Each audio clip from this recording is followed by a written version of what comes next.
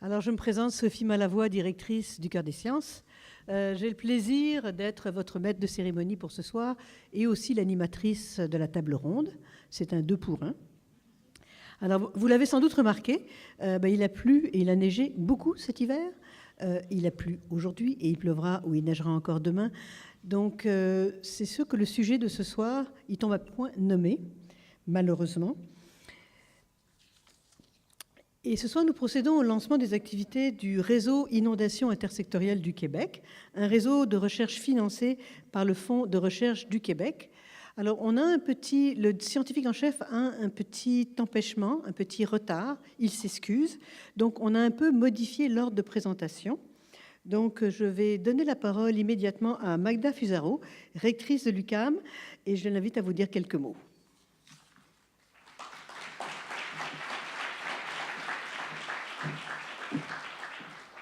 Bonjour à toutes et à tous. Merci, c'est gentil d'adapter le micro.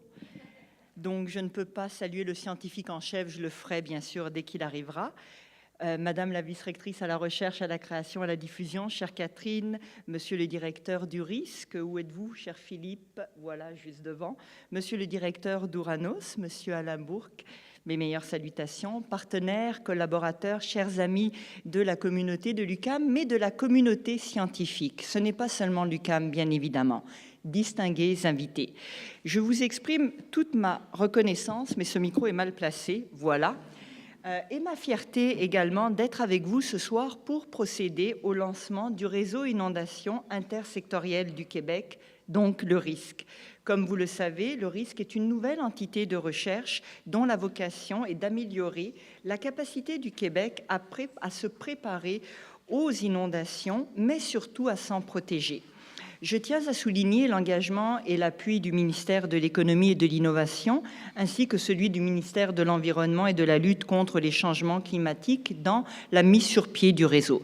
Je tiens surtout à souligner l'engagement du scientifique en chef, et Madame Pérusse, vous serez mandatée, car je devrais m'en aller pour lui transmettre vraiment mes plus sincères remerciements, qui dès le début, Rémi, a cru à ce projet-là, à fédérer les universités, à fédérer également les partenaires, et c'est l'aboutissement d'un projet de plus d'1 an que nous célébrons aujourd'hui. C'est une démarche, comme je le mentionnais, entreprise avec des experts de calibre international, des partenaires également de l'ensemble du territoire québécois.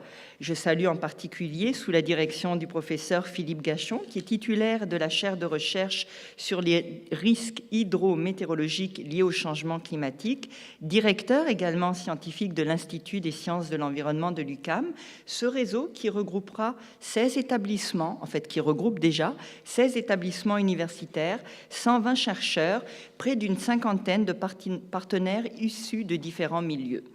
Soutenu, je viens de le mentionner, par le FRQ, le Fonds de recherche du Québec, ce réseau connecté à l'écosystème québécois de recherche illustre à merveille ce que nous pouvons faire ensemble, ce que, lorsque nous sommes plusieurs, nous contribuons à améliorer. Et nous l'espérons, à améliorer et à éviter ce qui s'est produit lors des crues et qui a été dévastateur pour toutes les populations qui étaient sur les berges associées à cet événement-là.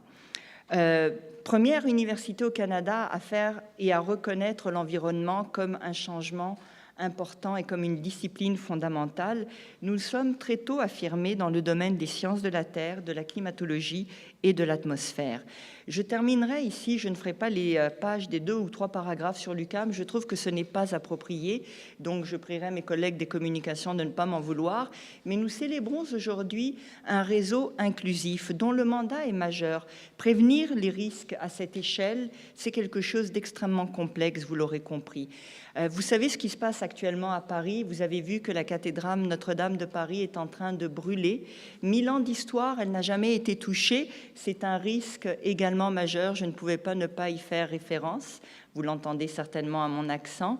Alors, sur cette note dramatique, je célèbre quand même et je souhaite longue vie au réseau et je vous souhaite des recherches des plus stimulantes, non seulement pour le Québec, pour le Canada, mais pour l'écosystème mondial. Merci à toutes et à tous.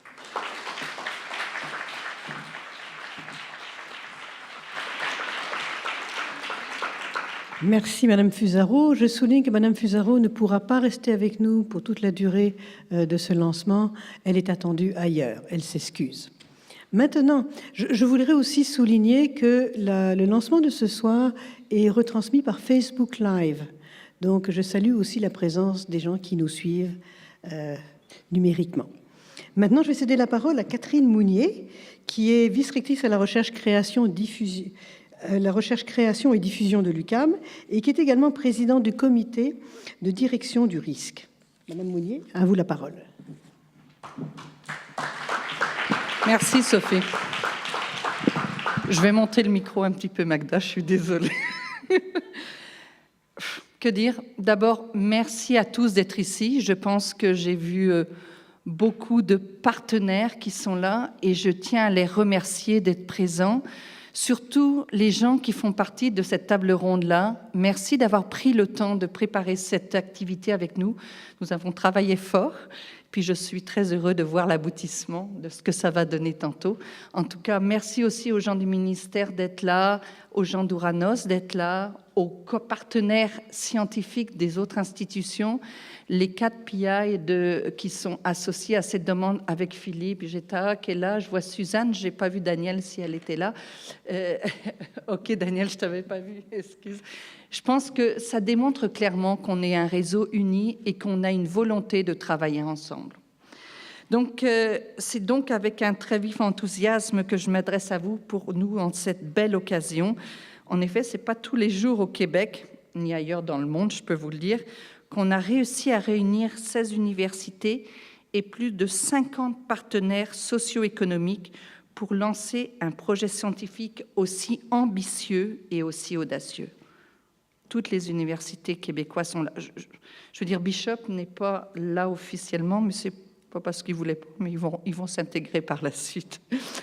Mais je peux vous dire que tout le monde est là et tout le monde est vraiment actif dans ce réseau. Merci à tous et à toutes d'être au rendez-vous. Un grand merci au FRQ et bien sûr aux scientifiques en chef, et spécialement aussi à notre amie Denise, qui a été toujours là, présente, pour nous supporter dans le développement. Merci Denise. Et aussi pour l'organisation de ce lancement, mais plus encore pour l'audace et la confiance qu'il a eue dans l'établissement de ce réseau. Votre confiance nous honore et nous lance également 3 immenses défis.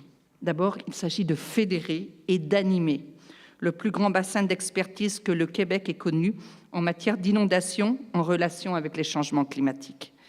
C'est bien beau de créer un réseau, mais il va falloir qu'il soit actif et qu'il soit animé par une vraie volonté de la part des chercheurs et de leurs partenaires. Rendre aussi débordante que fluide la recherche intersectorielle sur les inondations et enfin faire percoler vers les partenaires co-créateurs et utilisateurs de savoir les résultats de nos recherches et les bonnes pratiques. La diffusion, la mobilisation des connaissances vont être quelque chose qui va être mis de l'avant dans le réseau. Donc c'est un réseau et interétablissement intermilieu intersectoriel de recherche partenariale innovante et de formation pour bâtir une société plus durablement résiliente aux inondations. Le risque a pour mission de contribuer par la recherche à mieux protéger les populations, notamment les plus vulnérables. Il cible également des infrastructures québécoises, des effets néfastes des inondations, et cela dans un contexte de changement climatique. En favorisant l'émaillage entre les chercheurs, l'État, les municipalités, les organismes. Alors, je tiens à souligner l'importance aussi qu'on a de travailler directement très proche du milieu avec les municipalités. Et d'ailleurs, on va en parler, la table ronde, M. Martel en fera un très bel exemple pour la municipalité de Rigaud. Donc, cette municipalité, mais aussi les organismes de la société civile, le risque est absolument multidisciplinaire, résolument tourné vers leurs partenaires, et ce sera un lieu de partage et de co-construction des connaissances. Il le sera non seulement en sciences et technologies, donc sur l'eau, avant qu'elle tombe, donc climatologie, on en avait parlé, mais aussi une fois qu'elle est tombée, vous comprenez, en hydrologie, mais aussi en sciences sociales et en sciences de la santé. C'est vraiment donc tous les aspects vont être couverts. Il s'agit d'abord de fédérer les expertises de terrain et la recherche sur les risques liés aux inondations, améliorer la compréhension des risques d'inondation et de leurs conséquences sur les populations, améliorer notre compréhension de la vulnérabilité, de l'adaptation, de la résilience des individus, des organisations et des collectivités face à ces inondations. Mais il s'agit aussi de contribuer à une gouvernance et à une gestion des risques d'inondation renouvelée et améliorée. C'est un besoin grand des partenaires et c'est une demande que l'on a récurrente. Il s'agit aussi de contribuer à de meilleures sensibilisations, donc travailler vraiment en amont, de prévention et de préparation des interventions et aussi à un rétablissement des événements d'inondation. C'est beau de travailler en amont, mais une fois que les inondations ont lieu, qu'est-ce qu'on fait pour aider nos partenaires à avoir des ressources, des besoins, qu'on puisse répondre à leurs besoins après les inondations. Il s'agit aussi de dresser une synthèse des connaissances existantes, parce que, je tiens à le souligner, on n'est pas les seuls ici à travailler sur les inondations.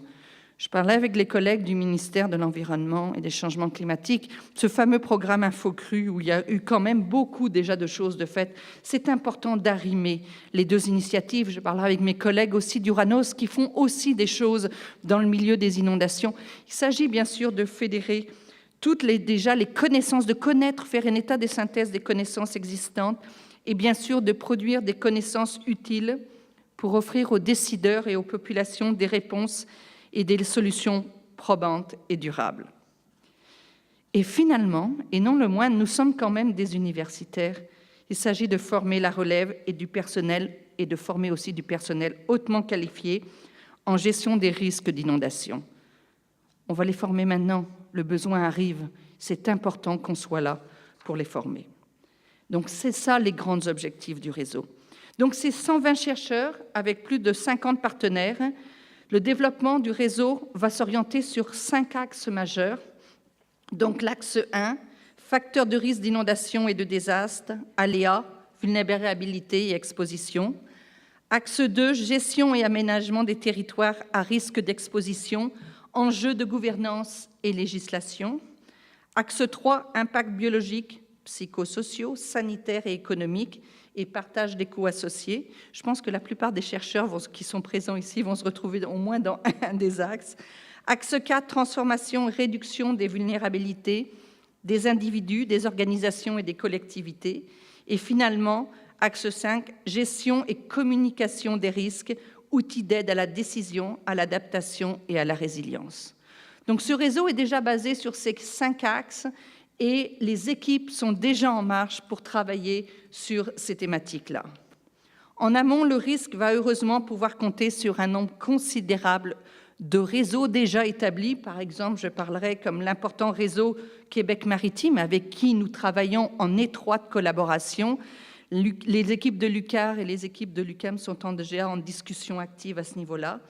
Il s'agit aussi de travailler en lien très étroit avec les regroupements stratégiques, les centres de recherche et les chaires de recherche, ainsi que les consortiums comme Uranos. Il pourra également s'assurer de l'appui de partenaires de terrain qui, au Québec, au Canada et ailleurs dans le monde, font déjà œuvre utile en matière de recherche et d'intervention sur les inondations et les changements climatiques. En aval, c'est nous tous, citoyens du Québec et du Canada, qui bénéficieront de ces recherches croisées et qui feront bénéficier le reste du monde d'une expertise solide dans ce domaine. D'ici à ce que nous soyons en mesure de constater les résultats tangibles de ces collaborations, je vous invite à prendre le goût du risque. D'ici là, avec le plein soutien des ministères, à travers ces appels de projets que nous sommes actuellement en train de développer et sa programmation scientifique, il est crucial que le risque soit le réseau de tous les membres et de tous ses partenaires, sans exception. À nous d'en prendre le risque et d'en faire nôtre un lieu de coproduction et de partage des savoirs à la hauteur de nos défis et de nos ambitions. Je tiens spécialement à souligner le travail de mon collègue, Monsieur Gachon. Je peux vous dire que c'est un travail d'arrache-pied. Merci Philippe, ton implication est toujours extrêmement appréciée. Ça vient du fond du cœur, tu le sais. Merci à tous, merci beaucoup Rémi d'avoir cru en nous, et puis merci d'être là, je vais te laisser la parole, et longue vie au risque.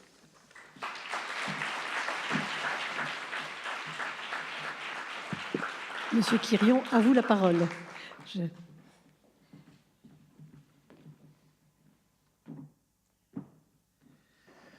Donc, bonne fin d'après-midi à tous.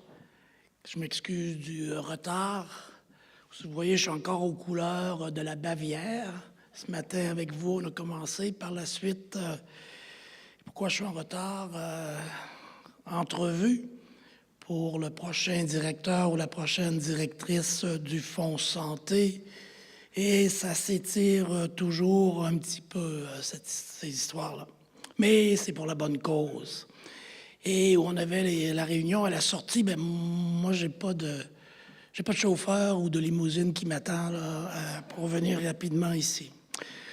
Tout d'abord, merci à l'UQAM, aux collègues de l'UQAM, direction, qui ont organisé l'événement d'aujourd'hui en collaboration avec Denise Pérusse au grand défi de société à la recherche intersectorielle. Donc, très, très important pour nous, ce réseau. Et ça tombe vraiment bien. Certainement que les gens l'ont mentionné déjà aujourd'hui. La température s'y prête bien. Peut-être un peu d'historique. Ça a peut-être déjà été discuté.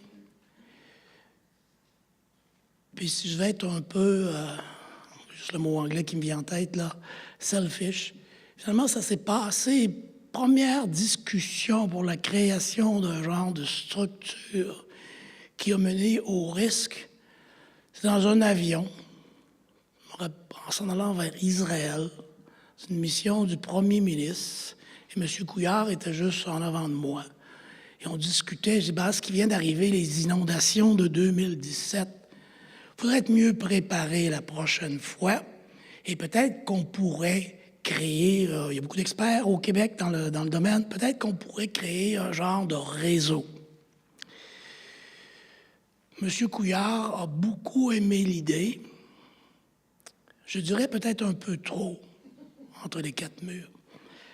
Parce qu'en revenant au Québec, son conseil des ministres, il a mentionné cette idée-là, qu'éventuellement, il a discuté avec Rémi et que peut-être qu'on pourrait créer un réseau de recherche sur les inondations.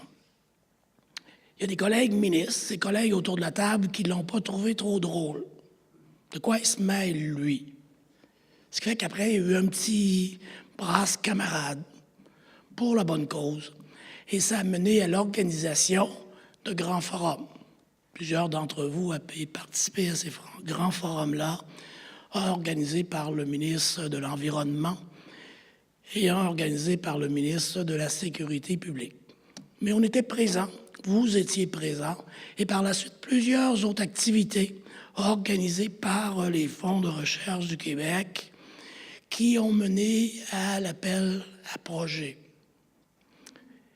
Et je dois dire qu'on avait cet appel à projet-là presque en même temps, ou sinon en même temps, que l'intelligence artificielle, pour créer aussi une structure intelligence artificielle. Donc, ça a été rock'n'roll. On a passé un bel été, je dois dire, et certainement que les vice-rectorats et rectorats dans la salle se rappellent très bien de tout ça. Mais on est très heureux, finalement, du résultat, avec la création du RIS, le leadership qui est basé ici, qui implique la majorité des intervenants dans le secteur, est très, très, très intersectoriel, très, très, très multidisciplinaire. Et c'est vraiment ce qu'on voulait. On le veut très innovant. Ça, c'est à vous maintenant de faire ça. On le veut innovant. On le veut très audacieux. Pour nous, maintenant, le travail, pour mon équipe et moi, ça va être d'assurer la pérennité de ce réseau-là. On a un financement pour une certaine période de temps. Et même si vous êtes tous excellents, je doute qu'on va avoir résolu tout le problème, toute la question des inondations d'ici 5 ans. Donc, dès maintenant, on s'engage, je m'engage à travailler avec vous pour avoir des arguments béton pour le gouvernement, pour s'assurer qu'on commence à planifier une pérennisation du réseau. Bien sûr, on va aussi s'attendre à ce que vous soyez en mesure d'aller chercher des budgets additionnels de différentes sources, que ce soit au niveau du Québec, au niveau du Canada et à l'international. Je veux dire, récemment, j'étais aux Pays-Bas, et vous les connaissez probablement mieux que moi, là. Alain connaît très bien les bourgs et les collègues aussi du risque. On peut apprendre beaucoup de choses de ces gens-là, même chose probablement en Belgique, en Angleterre, la ville de New York, etc., etc. Donc, de collaborer à l'international, beaucoup d'intérêt. Et si on peut vous aider de ce côté-là, n'hésitez pas à nous contacter.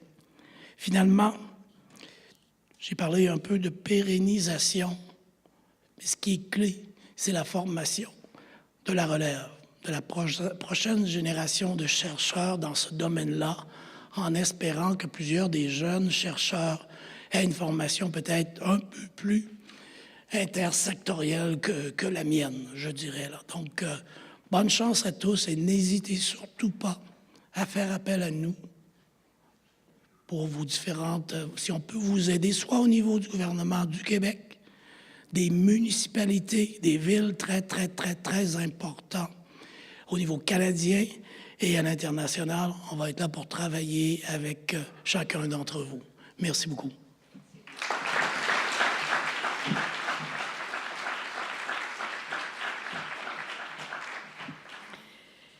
Merci, Monsieur Quirion. Alors, passons maintenant à la table ronde où l'on vous propose de s'interroger sur, en fait, notre capacité de réagir aux inondations à venir. À la lumière de l'expérience des inondations de 2017, est-ce que nous sommes prêts? Et quelle est la valeur ajoutée, en fait, d'avoir un réseau de l'ampleur du risque pour s'attaquer au problème des inondations?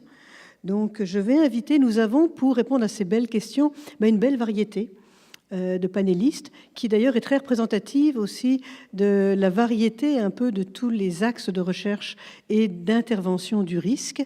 Donc, il y a autant des gens de terrain que des gens de labo, que des gens de la santé publique, de la sécurité publique, de la recherche et des gouvernements. Donc, je vais les inviter et vous les présenter rapidement avant de commencer à leur poser certaines questions. Donc, Philippe Gachon, que j'invite à monter sur scène.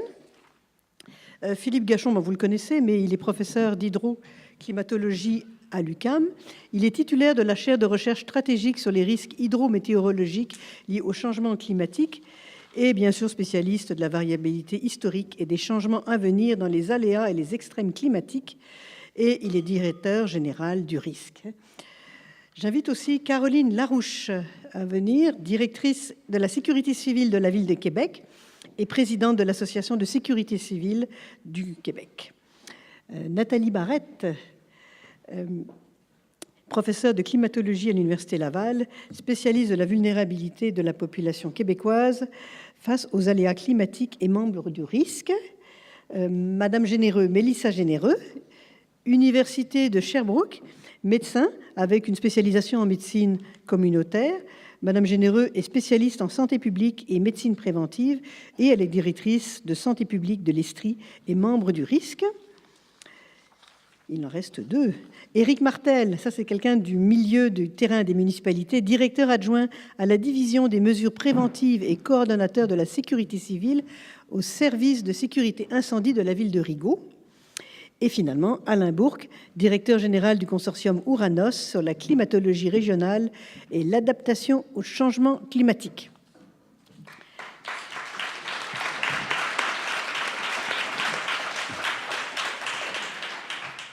Alors, reprenons. Sommes-nous prêts? Alors, la façon dont je vais fonctionner, c'est que je vais leur poser chacun une première question avec, à chaque fois, peut-être un petit droit de réplique, mais pas long, parce que, à 6 intervenants, vous comprenez que ça pourrait être très long. On commence par Philippe Gachon. Alors, Philippe, quelle est la réponse scientifique, stratégique et technique que peut apporter le risque face aux défis posés par les inondations? Bon, ça, dans un contexte de changement climatique.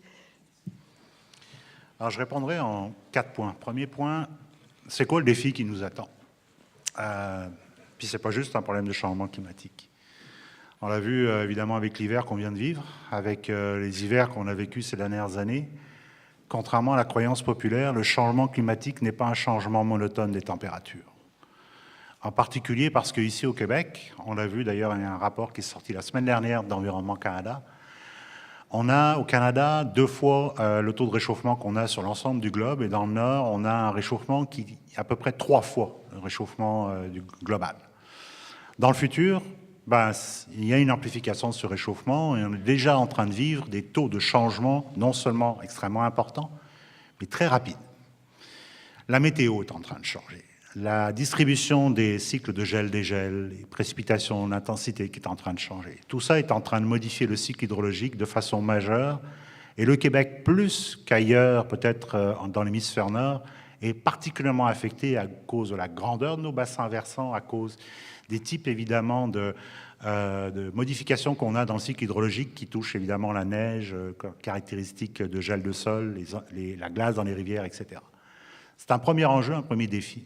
L'autre chose aussi, évidemment, au Québec, dans un contexte de vieillissement de la population, d'infrastructures vieillissantes, on a sur le territoire une vulnérabilité particulière qui font qu'en plus, avec les changements climatiques, ça va exacerber évidemment certains facteurs de vulnérabilité.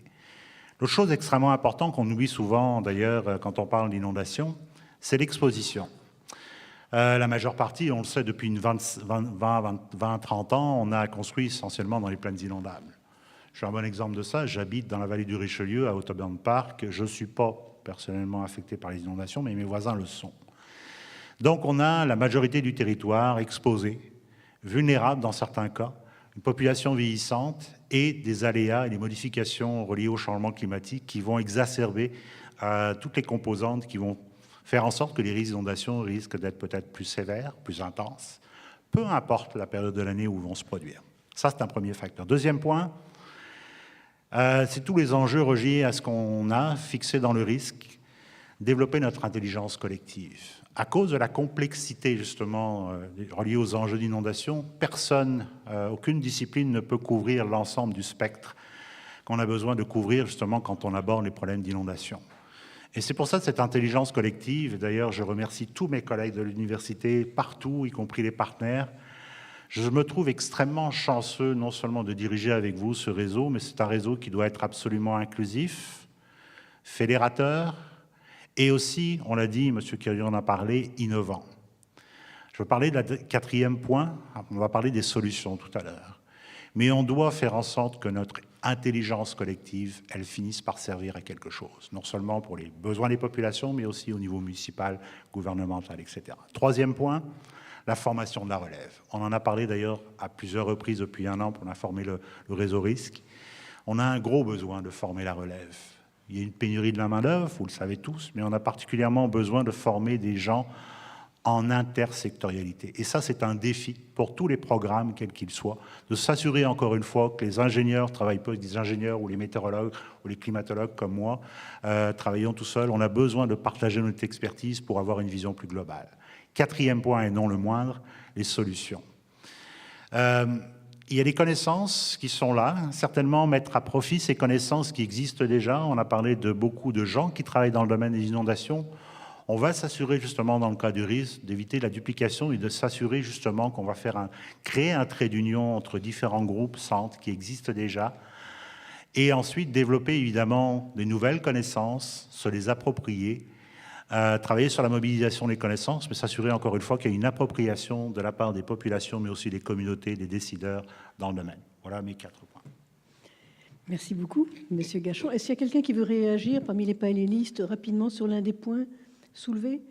Ou on passe tout de suite côté sécurité civile cette fois-ci, avec Caroline Larouche, qui est directrice de la sécurité civile de la Ville de Québec et présidente de l'Association de sécurité civile du Québec. Alors, Madame Larouche, pour vous qui êtes quand même liée sur le terrain à des questions concrètes, quels besoins pourraient venir combler le risque? Et en fait, est-ce qu'il y a certains aspects pour lesquels vous avez l'impression qu'on manque d'expertise encore? Effectivement. Donc, au niveau de l'expertise, les besoins qu'on retrouve au niveau de la sécurité civile, c'est vraiment l'expertise scientifique. en ce sens que les municipalités connaissent très bien ce qui se passe sur leur territoire. Par contre, c'est sûr et certain qu'avoir une expertise scientifique... Approchez-vous un petit peu du micro, Oui. excusez-moi. Une expertise scientifique pour nous appuyer dans notre travail de tous les jours, c'est quelque chose de très important. Comme le disait mon collègue, là, tout le volet des inondations printanières, on est dans la période présentement, on a besoin de support et d'expertise à cet effet-là, mais également dans tout le volet des embâcles, donc qui est de plus en plus récurrent et qu'on voit de plus en plus dans nos différentes municipalités. Donc, cette expertise-là, des mouvements de glace, c'est quelque chose qui est fort utile et fort important pour nous. Et également tout le volet des crues soudaines, donc les pluies fortes, je vous dirais, les périodes où est-ce qu'on a vraiment de manière intensive en période estivale, donc qui ont un impact considérable également sur nos rivières. Donc, tout le volet de la connaissance et de cette expertise-là par des scientifiques, par je vous dirais, des universités, c'est quelque chose, c'est un besoin qu'on a au niveau des différentes municipalités. Également, tout le volet de la mémoire de nos rivières, donc tout ce qui s'est passé dans le passé, mais également tout ce qui s'en vient dans le futur. Donc, tout ce volet-là, l'orientation de certaines recherches en fonction des besoins qu'on a dans les différentes municipalités et également tout le volet de connecter les bonnes pratiques. Donc, plusieurs choses sont développées dans différents réseaux, mais c'est d'avoir accès à cette information-là pour qu'on puisse être en mesure, au niveau municipal, de pouvoir les intégrer dans notre quotidien. Également, d'avoir des banques d'experts à portée de la main lorsque survient des événements. Donc, être en mesure d'avoir la bonne personne à la bonne place. Et également, on le disait un petit peu plus tôt, dans un contexte de pénurie de main-d'œuvre, on a également un besoin criant, à savoir d'avoir des bons experts pour le futur avec les connaissances à la fois du passé et du futur au niveau des inondations. Merci beaucoup. Maintenant, je cède la parole à Nathalie Barrette. En fait, c'est intéressant pour vous. Bon, pour qui et pourquoi le risque? En fait, Philippe Gachon a parlé de la nécessité d'être un élément fédérateur, de transmettre l'information, comme Madame Larouche aussi. Est-ce que pour vous, vraiment, le risque doit être un peu comme une courroie de transmission entre les experts, les élus, les gestionnaires et toutes les personnes qui sont concernées directement ou indirectement par les inondations? Oui, bien en fait, c'est ça. Si j'ai à répondre à la question, sur à qui doit bénéficier le risque, je pense qu'en première position, alors je me suis fait un petit palmarès, là, c'est vraiment les organisations municipales. Il faut qu'on soit là pour répondre à leurs besoins. Puis surtout que, en tout cas, c'est assez évident qu'une des façons, parce que vous disiez, sommes-nous prêts à faire face, est-ce qu'on est mieux équipé en termes de capacité à faire face? Bien, je pense qu'un des facteurs qui peut contribuer, c'est vraiment d'avoir un maximum de ressources humaines et matérielles au niveau des organisations municipales. Donc, je pense que nous, on peut apporter une partie des ressources humaines. Je pense que la collègue ici vient très bien de l'exprimer avec des besoins très clairs. Dans le fond, nous, c'est ça qu'on a besoin d'entendre pour activer nos neurones et travailler concrètement un besoin. Donc, oui, les organisations municipales, puis ensuite de ça, bien, c'est les citoyens. Je pense que surtout mes collègues en santé, tout ça, les citoyens sont au cœur de cet enjeu-là. Les intervenants municipaux, eux, je veux dire, ils sont un peu drillés pour faire face puis organiser, mais les citoyens, quelque part, il y a des gens qui sont extrêmement démunis, il y a des gens qui sont plus vulnérables, des gens qui sont moins vulnérables. Donc, je pense que le réseau doit beaucoup servir aussi à ces gens-là. Et je me permets d'ajouter un troisième, en ayant entendu un peu les allocutions de tout le monde, bien, c'est mes étudiants. Mes étudiants sont complètement emballés par ce genre d'activité-là. Et, comme on l'a dit, on a besoin de ces ressources-là. Donc, pour demain, là, c'est vraiment pour eux des sujets appliqués dans des problèmes concrets, de pouvoir aller faire un stage à Rigaud ou dans une autre municipalité à la Ville de Québec et d'apprendre concrètement la réalité terrain de ce qu'ils ont appris dans nos fameux cours de climatologie ou de changement climatique. Mais là, c'est du concret. Donc, pour le pour qui, je dirais, c'est ces trois-là. Et le pourquoi, il y a beaucoup de réponses possibles, mais je vais faire ça très brièvement. Philippe le dit tantôt, décloisonner la recherche, permettre des rencontres. Moi, les projets les plus extraordinaires que je fais en ce moment, c'est avec des gens en santé. Moi, je n'ai pas d'expertise là-dedans, je suis climatologue, mais je pense que mes méthodologies de travail en analyse géospatiale, ça peut vraiment leur servir. Et j'ai le goût d'aider mon prochain, donc c'est merveilleux. On peut faire des matchs. C'est bien, elle est juste à côté de vous, d'ailleurs. Oui, c'est ça! J'essaie de passer un message, c'est assez évident, là. Mais c'est ça, puis Puis je me dis, mais avant, le seul projet actuellement où j'ai vraiment rencontré quelqu'un, je l'ai rencontré par pur hasard, par une amie interposée. Mais je me dis, c'est complètement fou, pareil. Est-ce qu'il faut que j'attende le hasard? Le hasard, c'est long, là, en recherche. Donc là, moi, je sais que le risque, il vient mettre vraiment sur la table toutes ces ressources-là.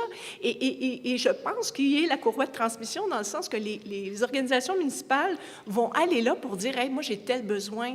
Et c'est la responsabilité du risque d'aider ces municipalités-là à trouver, à cibler les bonnes personnes, à regrouper ces gens-là.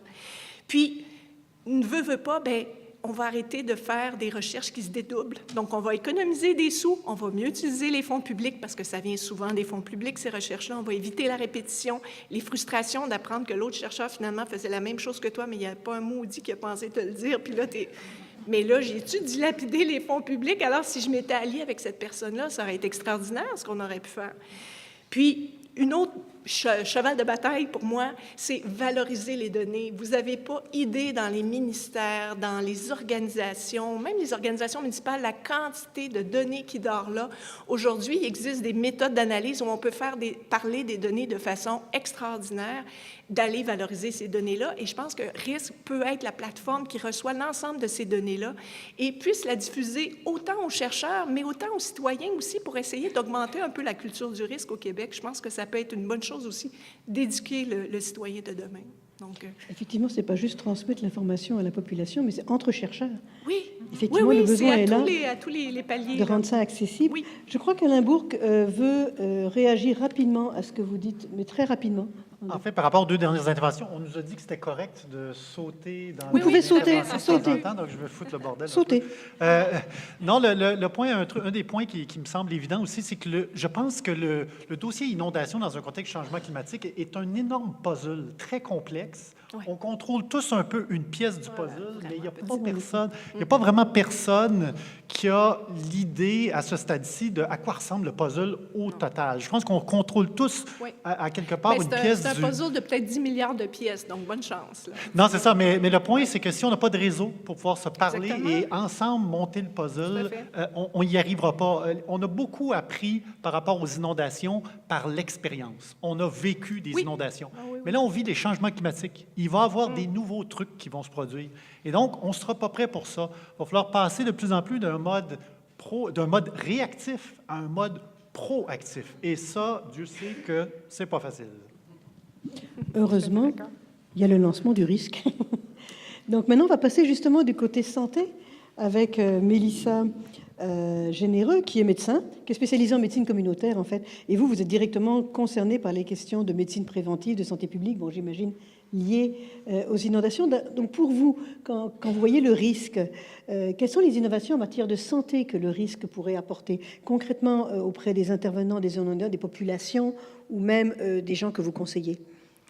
J'ai beaucoup de choses à dire. Je vais essayer d'être assez concise. Là, moi, c'est sûr que j'ai la chance de jouer. J'ai deux chapeaux. Le chapeau de directrice de santé publique, donc directement sur le terrain, à intervenir, à soutenir les populations. Mais je suis aussi professeure agrégée. Je fais de la recherche. Je connais bien ce milieu-là. Donc, ça permet d'être un agent liant un peu naturel. Donc, et c'est un peu dans ce contexte-là que j'ai réussi à évoluer peut-être plus rapidement. Là, on parlait de chance ou de hasard, mais moi, ce qui m'a mis un petit peu, ce qui a développé mon intérêt, si on veut, pour le domaine du rétablissement et de l'impact santé des catastrophes naturelles, mais aussi des catastrophes technologiques. Finalement, tout ce qui peut avoir un impact ou traumatiser une communauté, c'est le fameux appel de Daniel Maltais, là, qui est dans la salle, qui m'a appelé à la suite de la tragédie de Lac-Mégantic. Hein. Comme vous savez tous, en Estrie, on a été durement touchés par cette tragédie-là, qui est venue interpeller beaucoup de mon équipe de santé publique. Et Daniel Maltais, du domaine social, qui communique avec moi un beau jour pour me dire « Je ne vous connais pas, mais je vous propose mon aide, mon soutien en tant qu'experte dans le domaine du rétablissement psychosocial, parce que je pense que ça serait bien d'abord documenter les impacts psychosociaux et aussi les impacts santé, pourquoi pas, qu'a eu cette tragédie-là sur la communauté de Lac-Mégantic. Et j'ai trouvé l'idée super bonne, même si sur le coup, on hésite toujours, parce que dans le feu de l'action, pour faire un mauvais jeu de mots, on est porté à vouloir agir à court terme et on se porte un peu moins dans le long terme. Et j'ai clairement compris là, la valeur ajoutée de penser dès maintenant au long terme. Donc, justement, quand moi, je parle d'impact santé maintenant, parce que la pensée a beaucoup évolué, et c'est ce que j'essaie de transmettre à tous mes collègues, autant du côté recherche que santé publique, c'est que la santé, et bien sûr, ici, on fait référence à un concept très large. Donc, Pour en revenir aux inondations, on parle de santé physique. Oui, évidemment, risque de blessures, d'électrocution, bon, traumatisme à court terme, traumatisme, je parle non intentionnel. On peut parler aussi de problèmes de moisissure et respiratoires qui vont s'en suivre. On peut parler aussi de stress intense aigu, d'insomnie, de troubles de concentration. Tout ça, c'est vraiment dans le court terme. Mais ce que les gens tendent un peu moins à reconnaître, même au niveau de la littérature scientifique, c'est des impacts à long terme sur la santé bien-être. Et là, je parle surtout beaucoup des impacts au niveau psychosocial. Donc ça, c'est une chose que j'ai bien appris avec l'ACME Mégantic et que finalement, on parlait là, de se faire un réseau international. J'ai tellement été marquée par ça que j'ai voulu aller voir un peu ce qui se passe ailleurs, donc les feux de forêt Fort McMurray, les ouragans en Martinique, les tours de Grenfell Towers à Londres qui ont brûlé. Donc finalement, on s'est rendu compte qu'il y a des points communs à tous ces événements-là et que c'est excessivement important de s'allier les partenaires du milieu et les partenaires de la recherche pour mieux documenter, mieux comprendre les risques et les impacts associés à ce type d'événement-là, d'une part. Puis ça, c'est le grand saut qui permet ensuite de développer une vision commune sur le terrain pour que tout le monde se sente concerné par le rétablissement psychosocial. Parce que c'est pas vrai qu'une communauté va réussir à bien sortir d'un traumatisme aussi important qu'une inondation sans à ce que tout le monde participe. Donc, on parle des intervenants municipaux. Je suis certaine que mon collègue va renchérir là-dessus. Évidemment, les intervenants sociaux du réseau de la santé, nos chercheurs, les intervenants du secteur de la géographie, etc., communautaires, Croix-Rouge. Donc, on a tous un rôle à jouer et on doit aussi évaluer ces actions-là. Donc, encore une fois, une autre opportunité que la recherche a de venir documenter les différentes interventions, documenter les bons coups, ce qui a moins bien marché et tirer des leçons. Et il y a une chose, je vais terminer avec ça, mais à mon avis, qui n'est plus acceptable en 2019, c'est de passer à travers une catastrophe, peu importe laquelle, et de ne pas apprendre de cette catastrophe-là. Et pour apprendre, oui, on peut faire des grandes études dans nos bureaux, mais moi, je pense qu'il est grand temps qu'on se déplace sur le terrain, qu'on parle aux citoyens, aux partenaires. Donc, c'est eux, nos meilleurs professeurs pour aider à apprendre, tirer des leçons et s'améliorer pour les prochaines inondations ou autres événements extrêmes. Merci beaucoup. Justement, vous parlez du terrain. Et je vais céder la parole à Éric Martel. Là, c'est vraiment des municipalités. C'est la personne qui voit l'eau monter et qui doit être capable d'apprécier la situation, de prendre des décisions et de se renseigner. Donc, pour vous, justement, le risque, comment ça pourrait vous soutenir, vous qui êtes sur le terrain? En fait, si vous me permettez, tout le monde a dit qu'aujourd'hui, il y avait une bonne corrélation avec ce qui se passait à l'extérieur. Oui, je sais que ça monte chez vous. Oui, mais moi, je vais vous dire qu'on est dans une période encore plus cruciale. Il y a encore 181 municipalités au Québec qui sont dans le rétablissement. Et Rigaud en fait partie. Ce qui veut dire que le réseau naît dans ce que je considère être la phase la plus importante. Quand on parle de leçons apprises et de mettre justement à profit de tous les niveaux, du citoyen, du décideur, du gestionnaire de risque, c'est le moment parce que on ne veut pas remettre les gens là où ils étaient avant que le sinistre arrive. Et au-delà des décrets qui permettent la démolition des maisons, je considère qu'il y a beaucoup plus à faire si on veut véritablement qu'il y ait une culture de risque, que ce soit en matière d'inondation au départ, mais un jour, ça sera aussi autre chose. Je pense qu'on peut mettre la table avec les inondations, mais à quelque part, il est là l'enjeu, c'est-à-dire de profiter d'un momentum. Et pour ma part, j'ai toujours dit, on a une démarche, on a un modèle de gestion de risque. Puis quand on le regarde de façon très particulière, on découvre que pour être capable de vraiment le mettre en œuvre, sans science, c'est tout à fait impossible. Donc, ceux qui sont sur la ligne de front sont les municipalités. Celles qui doivent réaliser des plans sont les municipalités. Celles qui doivent faire des analyses de risque pour déterminer comment, après ça, ils vont pouvoir mettre des mesures de médication, c'est les municipalités. Mais ils n'ont pas de scientifiques avec eux. Et dans le fond, je dis toujours, ce qu'on souhaite, c'est être capable de prendre $1 et de ce dollar-là, d'être capable de le diviser puis de dire, je vais être capable d'en faire en mitigation, je vais être capable d'en faire en préparation, je vais être capable d'en faire en intervention et je vais être capable d'en faire en rétablissement. Et si je suis capable, pendant que je prends ce dollar-là et que je le regarde dans une perspective d'inondation, est-ce que je peux tourner ma tête à gauche, ma tête à droite et regarder quels sont les autres risques également pour vraiment donner une pleine amplitude à ce dollar dépensé-là? Merci beaucoup. C'est effectivement très éclairant pour les gens qui sont sur le terrain. Alors maintenant, Vous dites on qu'on peut va rebondir? Oui, bien sûr. Je voulais juste mentionner, parce que j'ai oublié de le dire, puis je pense que ça concerne directement la municipalité de Rigaud, là, et Éric est au courant. On est justement à partir d'un projet de recherche, là, lorsqu'on parle là, de la force du réseau risque, déjà avec Philippe Gachon, Daniel Maltais, moi-même et différents collègues, collaborateurs de la santé publique du milieu municipal. Donc, un projet pour documenter les impacts, là, les conséquences des inondations 2017 et aussi les interventions socio-sanitaires là, qui ont été les plus payantes là, en termes de rétablissement. Donc, tu sais, tout ça, c'est des choses là, qui sont sur le point de se faire grâce à cette belle collaboration-là qu'on a mis en place. Je vais juste Merci beaucoup. Je vais maintenant donner la parole à Alain Bourque, qui est directeur général du consortium Ouranos.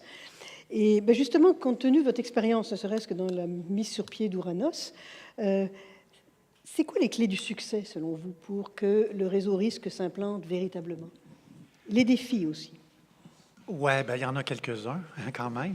Non, mais effectivement, lorsqu'on a créé Ouranos en 2001 et que j'ai fait le grand saut de quitter le gouvernement fédéral pour un projet qui ne semblait pas super safe quand j'ai fait le saut, en fait, j'étais beaucoup obsédé, moi, à l'époque, par le quoi. Quelle science qu'on va faire, quel produit, quelle carte qu'on va produire, etc. Et j'ai assez rapidement constaté qu'on joue avec un réseau d'acteurs assez complexe. Alors, on a des chercheurs, différentes disciplines, on a des praticiens, on a des décideurs, des politiciens, des gens qui font des politiques publiques, et c'est pas simple.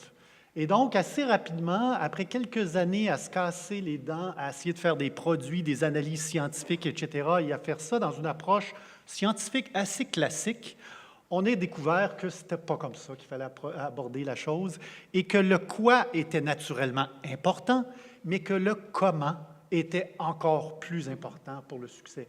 Et donc, on s'est beaucoup inspiré à Ouranos d'un chercheur, David Cash, de Columbia University. D'ailleurs, Rémi doit rire parce qu'on ne connaissait pas tellement M. Cash, et c'est Rémi Quirion, il y a quelques années, qui avait organisé une rencontre, et moi et M. Cash sont rencontrés, et ça a été une découverte fantastique. On a maintenant des projets avec lui. Alors, M. Cash, lui, ce qu'il dit dans sa littérature, c'est une littérature sur le rôle des boundary organizations, donc des organismes frontières, pour réussir à faire travailler ensemble des acteurs d'une grande complexité. Donc, lui, ce qu'il dit, c'est qu'il y a trois grands facteurs à accorder beaucoup d'importance pour réussir à connecter les frontières, connecter les différents joueurs entre eux. Le premier, et là, malheureusement, je n'ai pas de terme français pour le traduire, c'est vraiment spécifique à l'anglais, c'est le terme salience. Salience, ça veut dire comme pertinence, mais c'est comme une pertinence consensuelle pour tous les acteurs. C'est un genre de terme qui dit que, un peu, c'est un terme, c'est le mot pertinence, mais qui est très rassembleur, qui fait que les gens disent, peu importe de quelle perspective qu'on a, quelle science qu'on vient, quel rôle qu'on joue, est-ce qu'on est fédéral, provincial, municipal, on dit oui, ça, j'en veux. Donc, il y a ce défi. Alors, on n'a même pas de mots en français pour décrire salience, alors ça illustre en quelque part le défi de pouvoir regrouper tout le monde autour de la table et de les laisser autour de la table. Il faut qu'ils restent autour de la table. Alors ça, c'est un premier défi. Le deuxième défi de M. Cash, c'est la notion de traduction. Les gens ne se comprennent pas tellement d'un niveau à l'autre, d'une discipline à l'autre, sur le terrain, les politiques publiques, les décideurs, etc. Et donc, ça devient un facteur clé de réussite pour le réseau de jouer ce rôle de traduction. Naturellement, on ne le fait pas tout seul, on le fait avec des partenaires, mais le défi de la traduction est extrêmement important, va nécessiter pas mal d'efforts et pas mal de patience. Et le troisième, je crois que c'est celui de la médiation, donc de réussir à faire cohabiter ces différents acteurs-là ensemble. On le sait, le dossier des inondations entre le municipal, le provincial, le fédéral, ce n'est pas l'harmonie. Il y a des perspectives très différentes et donc réussir à faire travailler ces gens-là ensemble, ce n'est pas une mince tâche. Et dans le dossier des inondations, c'est très particulièrement un défi, puisqu'il vient d'y avoir, en fait pas le dernier budget provincial, mais le budget provincial précédent, qui a investi près de 100 millions de dollars pour mieux équiper le monde municipal, provincial, etc., dans le dossier d'inondation. Donc, en plus, ces gens-là sont occupés. Ils font beaucoup de choses, et là, ça revient avec la notion de salience.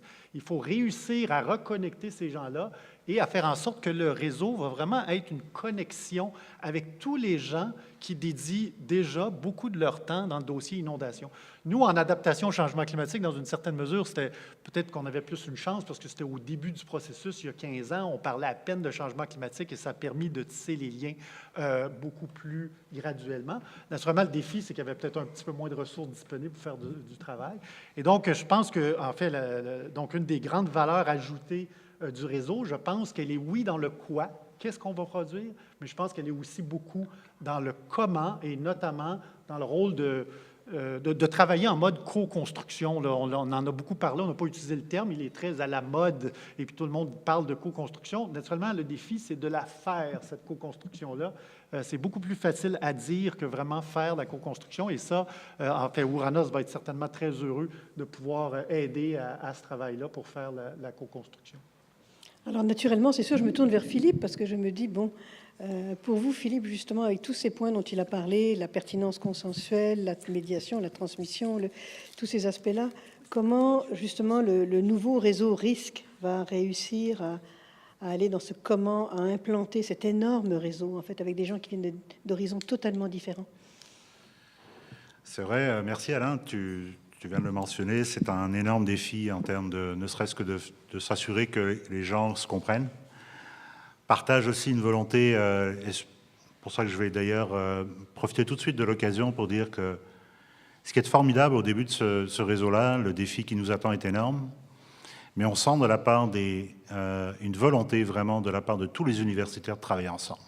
Déjà, le départ, c'est une prémisse, c'est un des premiers facteurs qui fait que, de toute façon, on commence déjà sur une bonne base. L'effort, on s'entend tous que ça va être un effort colossal. On le sait, Rémi pourra aussi en parler, Catherine, directrice du BCI. On n'a pas l'habitude, les universités ne se mettent tous ensemble, on est en général en compétition lorsqu'on fait les demandes. Là, on a décidé d'une volonté commune d'unir nos efforts, de se retrousser les manches pour travailler ensemble parce que le problème est majeur, il est multisectoriel et on a besoin de toutes les expertises pour adresser ce problème-là. Intelligence, alors j'en ai parlé tout à l'heure, puis je vais me rappeler aussi quelques mots de ma grand-mère, mais aussi m'assurer encore une fois que je les partage avec vous parce que on finit par grandir, mais on oublie de temps en temps aussi les mots sages que nous ont, on va dire, transmis nos aïeux. L'écoute, la transparence, et on est en train de s'assurer que tout le fonctionnement, la gouvernance qu'on a, les appels à propositions répondent à ce besoin de transparence. Pas juste dans le développement, évidemment, du financement qu'on a à faire, mais aussi dans toute la procédure, notamment, tu as parlé, Alain, de co-construction. La collégialité, le respect, l'implication et l'inclusivité. Ça veut dire aussi qu'on a un effort absolument important, fondamental, tous ensemble à maintenir non seulement cet élan, cette volonté, mais s'assurer encore une fois qu'on va travailler avec des gens comme Eric, Mélissa qui connaît bien le milieu, des gens de la santé. On a aussi souvent aussi une tendance aussi à séparer les problématiques de santé des autres problématiques, par exemple de sciences naturelles. Or, aujourd'hui, on le sait, on ne peut pas continuer à faire en sorte qu'il y aura une réduction des dommages sans s'assurer que les hydrologues, les météorologues, tout le monde travaille ensemble pour travailler sur les conséquences. Donc, ce travail-là, oui, Alain, tu l'as rappelé, il est fondamental. Cette volonté de la part des universitaires de travailler ensemble, c'est une prémisse, ça ne suffira pas, mais c'est des éléments nécessaires. Il va falloir maintenant qu'on ait les conditions suffisantes pour arriver à faire tout ça. Ça veut dire que les municipalités, évidemment, seront mobilisées. Nathalie parlait tout à l'heure de l'importance de travailler avec le milieu local. Mais aussi, il va falloir, et d'ailleurs, aujourd'hui, il n'y en a pas, mais on va s'assurer de continuer à leur parler, que les gouvernements nous aident. On ne pourra pas relever ce défi sans qu'il y ait une volonté politique mesurable, à la fois dans le fonctionnement du réseau, mais aussi dans l'effet levier dont parlait M. Rémi Quirion, et aussi nos collègues, évidemment, côté fédéral, qui eux aussi sont en train de mettre en place toutes sortes d'initiatives au niveau canadien. Il va falloir encore une fois s'assurer de greffer ce qu'on fait ici au Québec avec ce qui est fait aussi à l'échelle canadienne, parce qu'il y a une très bonne expertise aussi des consorts des frontières. Et je terminerai là aussi là-dessus pour dire que ce réseautage, ce travail en mobilisation des connaissances, on va faire non seulement appel aussi à des experts dans le domaine en co-construction, je regarde ici les nappes Julie Maude, mais aussi d'autres intervenants comme le CLIP et autres qui vont nous aider à travailler justement en co-construction, à faire en sorte qu'on va bâtir ce travail en appropriation, en transfert des connaissances. Ça nous paraît tellement important que dès le départ, il faut absolument qu'on s'assure de mettre les bonnes pièces ensemble, mais aussi de travailler d'un effort commun à mettre en place toute cette espèce de casse-tête qui effectivement est complexe. Justement, vous parlez d'expertise ailleurs au Canada, mais comment se situe le risque, qui est quand même quelque chose de majeur? Est-ce qu'il y a au Canada l'équivalent ou à l'étranger? Comment se gèrent les inondations? On n'est pas le seul pays au monde à avoir des inondations. On en a peut-être beaucoup, mais est-ce qu'il y a déjà une expertise unique au Québec? Ou est-ce que justement il y a ailleurs, à l'international aussi, des leçons que l'on peut tirer d'organisation ou de structure? Alors on va peut-être aussi... Autant au niveau municipal d'ailleurs, il y a peut-être des exemples aussi. On va s'inspirer, on en a parlé de toute façon, Pascal ici pourra poser des questions ou intervenir et d'autres collègues ici. C'est sûr qu'on va regarder ce qui se fait au niveau international parce qu'il y a effectivement des gens qui sont peut-être, ou certains pays sont plus avancés sur l'avant, le pendant et l'après. Et s'assurer encore une fois que les leçons apprises, elles vont permettre justement de modifier les choses. Par exemple la France est un bon exemple. En Angleterre, évidemment, il y a des structures justement qui travaillent de façon très efficace. La Hollande, évidemment, est un des experts dans le domaine des inondations, la façon même dont ils gèrent leur territoire. En Europe, il y a plusieurs pays qui sont très bien organisés. Nos voisins américains, quand on regarde ce qui se fait, c'est pas parfait, mais il y a certainement aussi des choses à aller prendre de leur côté. Et puis, je terminerai là-dessus, peut-être pour laisser mes collègues de rebondir, mais on a des bassins versants qui sont aussi limitrophes avec l'Ontario, les États-Unis en particulier, et les États-Unis, notamment sur le lac Champlain, vallée du Richelieu. Il y a la commission mixte internationale qui travaille aussi sur des choses qui relient évidemment l'expertise américaine et canadienne. Donc on doit aussi travailler aussi sur des bassins ou avec une expertise aussi de nos voisins. On parlait aussi avec certains collègues du Nouveau-Brunswick ou des Maritimes qui ont des problématiques un peu similaires aux nôtres en ce qui concerne par exemple les inondations printanières. Je crois que Alain veut réagir et ensuite Mélissa. En fait, moi, je voulais juste dire qu'en fait, on a vraiment besoin du réseau parce que, honnêtement, je ne suis pas même pas convaincu qu'on se mesure. Est-ce qu'on mesure notre performance par rapport aux inondations? Oui, on entend souvent que l'Angleterre performe mieux, le système français, etc. Mais ce n'est pas évident. Je ne sais pas d'où ça vient. Est-ce que c'est parce que leurs pays sont les meilleurs vendeurs de leur système de prévision d'inondation? Donc, je pense qu'il y a quand même un certain travail d'évaluation. Puis, en fait, l'évaluation aussi, puis les gens de santé publique le savent bien, là, ça devrait aussi être une des clés dans le processus d'analyse allant des impacts. Ensuite, on implémente des solutions. Ensuite, on mesure est-ce que ça fonctionne, est-ce que ça ne fonctionne pas, puis revenir comme ça. Je pense qu'on n'a pas vraiment d'approche systémique par rapport aux inondations.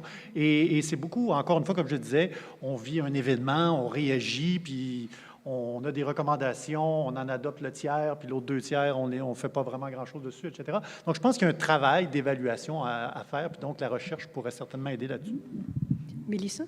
Je vais juste rebondir là-dessus, puis ensuite sur l'intervention de Philippe, mais qui dit évaluation d'une intervention dit habituellement, il faut organiser cette évaluation-là dès le début de l'intervention. Donc ça, je nous appelle à être très réactifs comme réseau. Tout n'est pas encore mis en place au niveau des mécanismes, mais on sait, entre autres, je parle un peu plus du domaine de la santé publique, mais aux États-Unis, ils ont mis tout un système de subventions rapides, de protocoles rapides pour passer plus rapidement au comité d'éthique, de manière à ce que dès qu'une communauté est aux prises avec une problématique, une catastrophe, une inondation, on peut mobiliser un réseau de chercheurs, un réseau d'experts. Le réseau peut aller chercher au moins les fonds puis l'autorisation éthique minimale là, pour être capable de débuter la recherche. Comme ça, on a accès rapidement au terrain. Et évidemment, plus on a accès rapidement, plus on peut produire la donnée qui va être utile à la fois pour le terrain et éventuellement pour l'avancement des connaissances. Donc ça, il y a une infrastructure à réfléchir par rapport à ça parce que c'est facile à dire, mais plus difficile à faire. Puis ce que je voulais juste dire, c'est qu'on a la chance au niveau du réseautage international, premièrement, chacun d'entre nous avons probablement notre propre réseau. Donc, quand on dit de se mettre à profit, c'est aussi de mettre en contact nos contacts internationaux. On multiplie tout ça. Et s'il y a une caractéristique bien commune aux chercheurs dans le domaine des catastrophes, c'est le désir de vouloir rendre ou partager des connaissances. Chaque événement dans lequel on a été mêlé, c'est tellement spectaculaire, c'est tellement enrichissant et unique que je ne connais pas un chercheur qui n'a pas ce désir-là de contribuer d'une manière ou d'une autre à une autre catastrophe. Donc, pour les inondations de 2017, donner un petit exemple, au lendemain des inondations, avec la Direction de santé publique de Montréal, on voulait monter un petit questionnaire rapide pour évaluer dans les premières semaines, de manière rapide, des besoins imminents des gens en matière de santé, services sociaux. Et on voulait monter un questionnaire. Donc, j'ai écrit à des gens d'Australie, des États-Unis, de l'Angleterre. Et puis, écoutez, en moins de 24 heures, on avait accès à tous leurs protocoles, tous leurs questionnaires. C'était Save de Québec ou quelque chose comme ça, le nom du courriel. Mais c'était bien cute. Mais les gens sont très réactifs. Puis moi, j'ai énormément confiance sur notre capacité d'avoir un réseau québécois réseauté sur l'international.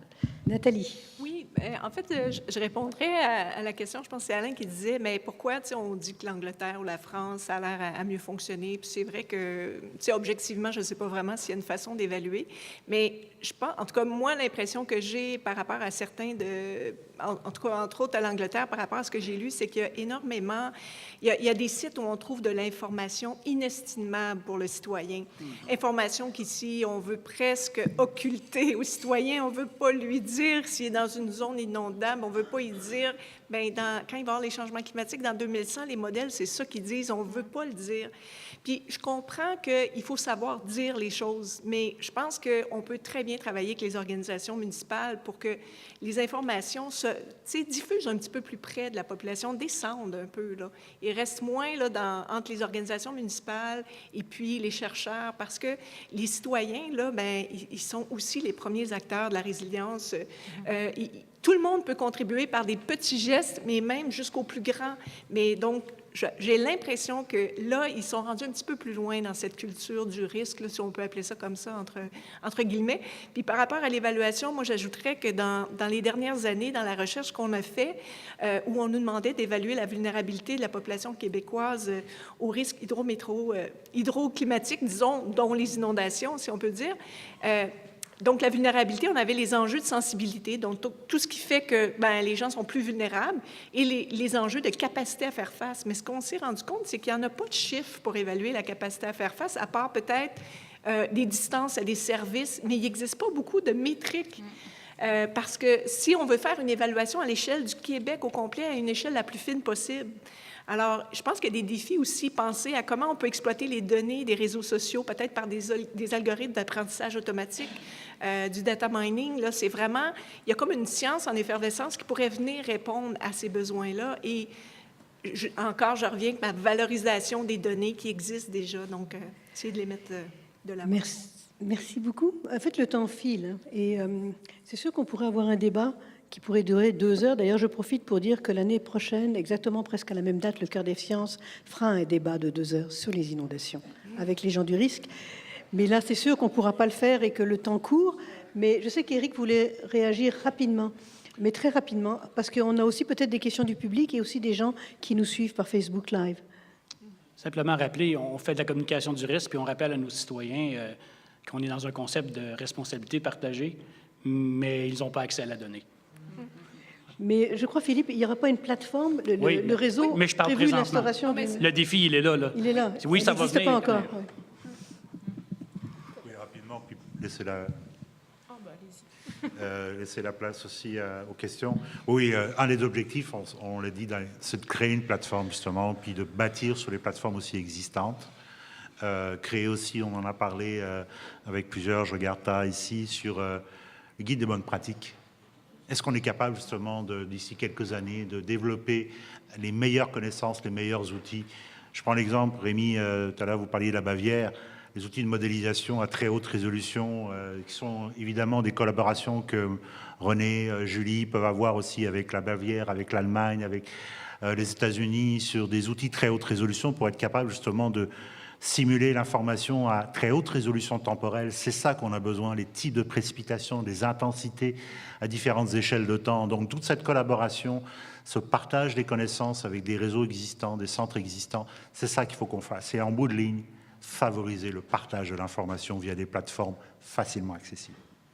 Merci. Je pense qu'on a une question du côté de Facebook Live. Oui, tout à fait. Bonjour, Julien Chapdelaine des Fonds de recherche du Québec. Plusieurs personnes nous suivent la présentation d'aujourd'hui et proviennent de réseaux de citoyens qui ont émergé suite aux dernières années des inondations. On parle de SOS Beauce, par exemple, Inondation Beauce, etc. Et ils se demandent, ces gens-là, comment vous allez ou comment le réseau entrevoit avoir un dialogue avec ces groupements citoyens-là. Est-ce que c'était prévu? C'est la première question. Donc, la relation entre les groupes de citoyens et le réseau. Alors, je vais tout de suite répondre, puis certains peut-être pourront commenter. Il y a déjà des réseaux justement communautaires en lien avec les populations. Je vais prendre l'exemple de Résalliance qui a été mis en place justement par les ROBVQ. D'ailleurs, on les a invités, on aura une discussion avec tous nos partenaires de 7 et 8 mai prochain. C'est ce genre de réseau, quand on prend l'exemple, si mes collègues étaient là du RQM, il y a énormément en fait de réseaux communautaires avec lesquels ils travaillent déjà. Donc on va se servir, surtout quand on est en région, les universités travaillent non seulement avec évidemment les cégeps, mais aussi une bonne partie en fait des réseaux communautaires en lien avec des associations qui sont directement, on va dire, impliquées au niveau communautaire, au niveau populationnel. Je peux peut-être ajouter, les mécanismes de réseautage puis de lien avec la population restent à définir. Je pense qu'on n'a pas toutes les réponses, mais moi, je trouve ça juste une bonne nouvelle de voir qu'il y a cet intérêt-là. Moi, donc, bonjour les différents réseaux. Peut-être juste dire que je ne sais pas trop comment fonctionner, sont en Facebook Live ou... En tout cas, Mélissa Généreux, là, ça se trouve sur Internet, l'adresse USherbrooke, là, je l'ai presque dit, melissa.généreux@sherbrooke.ca. Vous pouvez nous communiquer parce que je pense qu'en termes de personnes pour partager les connaissances qu'on va acquérir, là, notamment sur la fameuse enquête qu'on va faire au niveau de la population qui a été sinistrée par les inondations 2017, donc pour encourager les gens à participer à l'enquête, mais aussi, bien évidemment, pour partager ensuite les résultats qu'on va obtenir là, en termes de conséquences documentées de ces impacts-là. Je trouve que ça serait ultra enrichissant là, de pouvoir bénéficier de ce réseau-là pour pouvoir accéder aux gens plus facilement. Merci beaucoup. On va prendre une question. C'est compté. Une question de la salle, s'il y en a une. Jean-Pierre Richer. Je ne sais pas si en Angleterre, ils font mieux que nous, mais il y a une industrie qui a appris de ses erreurs et de ses problèmes, c'est l'industrie aéronautique. L'industrie de l'aviation dépend de la sécurité. Et peut-être qu'il y aurait lieu... alors, un chiffre. 1972, 3 000 morts pour 40 millions de passagers. 2012, 3 milliards de passagers, 300 décès. C'est toujours 300 de trop. Mais vous voyez les croisements de courbes quand même. Peut-être qu'on aurait intérêt à aller voir ce qui se fait dans d'autres industries, et pas juste l'industrie de l'inondation Québec, et de voir comment le retour sur expérience, la capacité d'intégrer des leçons, et je pense que vous l'avez mentionné de riche façon, permettrait d'améliorer le sort de nos populations. Oui. Au niveau sécurité civile, je vous dirais, les municipalités, au niveau de l'intervention, c'est quelque chose qu'ils maîtrisent bien. En général, c'est des gens qui sont très réactifs et actifs sur le terrain. Et c'est sûr que la dimension du rétablissement, c'est quelque chose sur lequel il faut énormément travailler dans les prochaines années. Donc, c'est sûr de mettre en place tout le volet des leçons apprises, des rétroactions, comment prendre tout ça et le réinjecter par la suite au niveau de la prévention et réussir à venir sensibiliser les autres acteurs qui ne sont pas nécessairement des acteurs innés en sécurité civile ou en sécurité publique. Et tout est là au niveau de l'enjeu. Donc, effectivement, c'est sûr qu'il y a des organisations qui ont bien tiré des leçons apprises du passé. Et de plus en plus, je vous dirais, au niveau de l'Association de la sécurité civile, c'est là-dessus qu'on travaille dans les prochaines années. Je regarde votre collègue à votre droite au niveau de l'ENAP.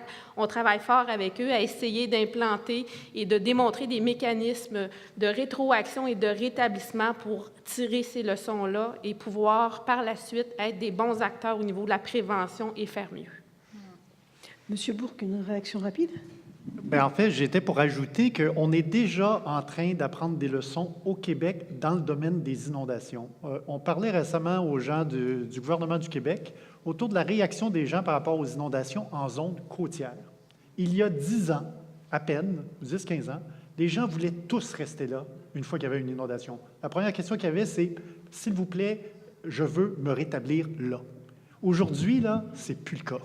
Déjà, en 10-15 ans, il y a eu un changement de mentalité. Alors, c'est présentement dans le cas dans le dossier des inondations côtières. C'est probablement pas encore le cas dans les inondations en rivière, mais il y a quelque chose à apprendre là. Un beau projet où on pourra aller voir qu'est-ce qui a été le facteur déclenchant, pourquoi. Et naturellement, l'idée, ce serait d'activer le plus rapidement possible les leçons apprises pour faciliter les transitions dans d'autres contextes. J'imagine que plus il y aura de porteurs de messages qui vont se concerter, plus le message va passer.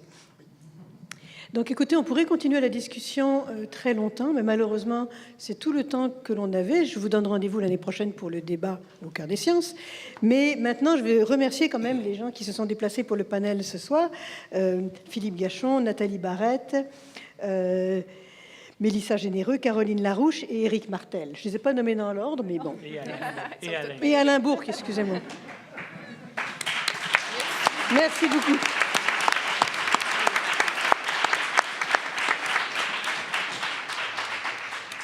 Pour arrêter les erreurs, j'ai mis mes lunettes.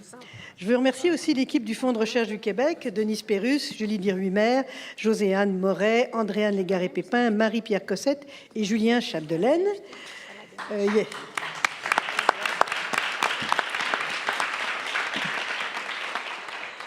Merci aussi à l'équipe de l'UQAM. Vous voyez, il y avait beaucoup de gens dans l'organisation de cet événement. Catherine Mounier, Jean-Pierre Richer, Sophie Valero, Caroline Hamel, Marie Rafoz, Rosaline Leblanc et Jenny Desrochers.